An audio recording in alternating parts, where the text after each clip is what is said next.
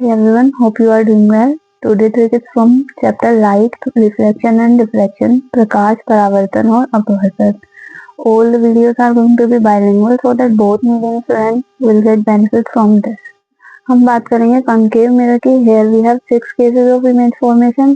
Out of 6, 5 cases में हमें real और inverted यानी कि वास्तविक और उल्टी इमेज मिलेगी. Only a single case ऐसा होगा जिसमें हमें virtual और erect यानी कि आभासी और सीधी इमेज मिलेगी.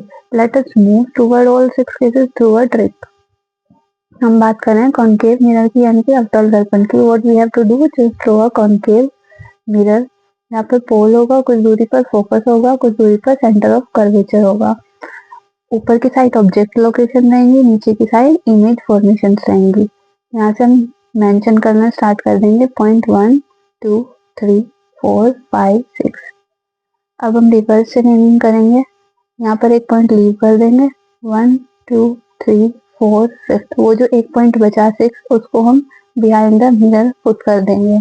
1 पॉइंट पर हम इनफाइनाइट पुट करेंगे, 5 पर भी इनफाइनाइट. अब हम देखेंगे अगर हम ऑब्जेक्ट को इनफाइनाइट पर रख रहे हैं तो हमारी इमेज फोकस पर, 1 पॉइंट यहाँ पर है तो फोकस पर फॉर्म हो रही है. अगर हम ऑब्जेक्ट को एट सेकंड पॉइंट यानी बिहाइंड सेंटर ऑफ कर्वेचर रख रहे हैं तो हमारी image between centre of curvature और फोकस पर फॉर्म हो रही है यानी एट पॉइंट 2. अगर हम ऑब्जेक्ट को एट सेंटर ऑफ कर्वेचर पर रख रहे हैं तो हमारी image at centre of curvature पर ही फॉर्म हो रही है.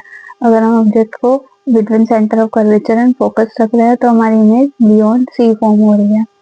अगर हम ऑब्जेक्ट को फोकस पर रख रहे हैं तो हमारी इमेज एट इनफाइनाइट फॉर्म हो रही है.